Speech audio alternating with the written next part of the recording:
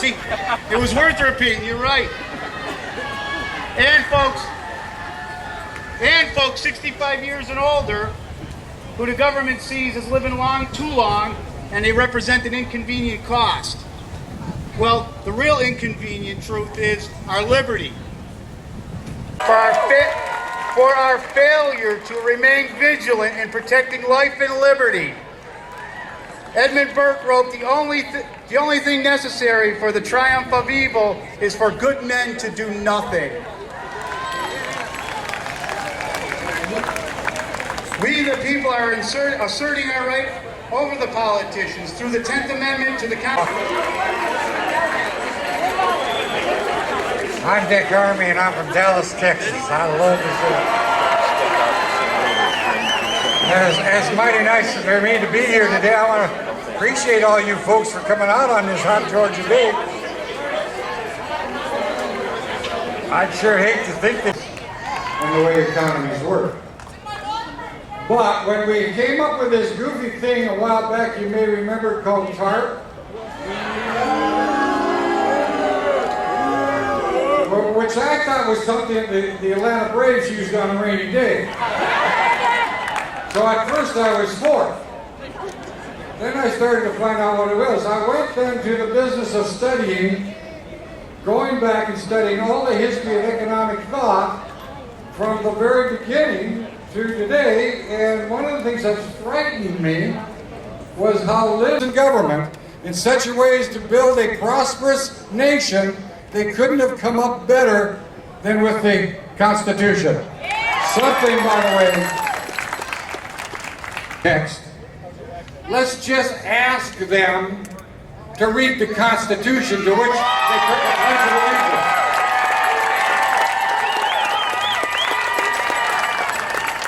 And by the way, for those dear folks that are confused by the Duke University English department, and doubt that words have meaning, and think that they're off the hook of any commitment of loyalty and fidelity to the Constitution because it's a living document, let's also give them a dictionary.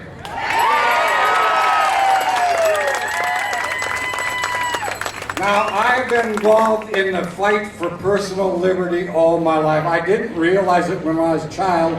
My mama put me in that fight. And she told me as a mere child, the Lord God Almighty has given you freedom and intelligence, something He's given no dumb animal. It's a gift from the Lord God, and it is the duty of a government to protect it. And ever since that, no matter where I went, no matter what I did, no matter what I studied, no matter what I learned, no matter what I thought I understood, I never got over the fact that I got a right to be my own man on my own terms.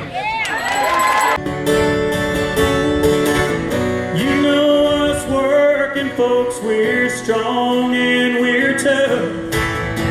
But sooner or later, enough is enough. I want to work with my hands down at the mill, plowing the field or forging the steel, without interference from Capitol Hill. Give me back my America. Give me back my America. Give me back my America.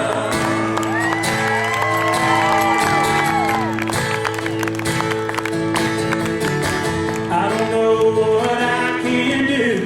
The government's making up all new rules. This is change that I don't believe in. 'Cause there are those that plot and scheme. They think they have the right to change everything this country's founded on. I think it's obvious they've broken our trust. We need to remind them that they work for us. I want to raise my family on my piece of land, start my own business, do the best that I can, without interference from government plans.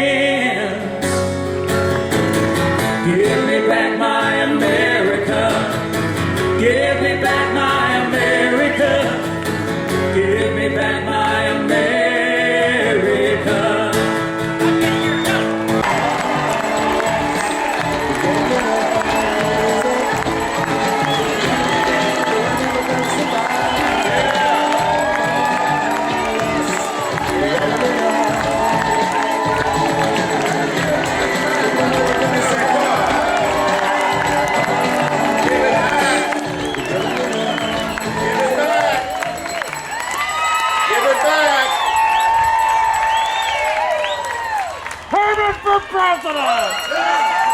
And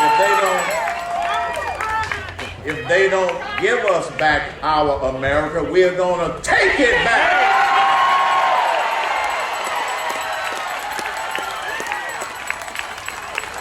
I am so happy to see all of you all here. I love all of y'all because you care.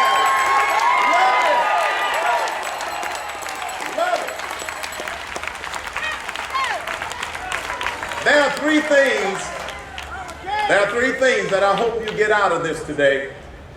First, we want you to learn something. Secondly, we want you to be inspired to continue to speak your voice about this country and what we don't like about it. And third, we want you to have some fun out here in Centennial Olympic Park. What's happening? It didn't say anything about a department of happy. It said the pursuit of happiness. Now maybe here's where the liberals get off track. Because if you keep reading that same paragraph, you will find these words. When any form of government becomes destructive of those ideals, it is the right of the people to alter or abolish it. We got some altering and abolishing to do. One of the messages that we hope that President and the Democratic leaders get from this rally and all of the other rallies, we do not want or need Obamacare. We do not want or need Democrat care. One of the things that I learned when I was in business for 40 years is how to solve problems. And one of the first things that you do if you're trying to solve a problem, work on the right problem. I have a breaking news announcement for the people in Washington, D.C., the administration, as well as the Democratic leaders. You're working on the wrong problem.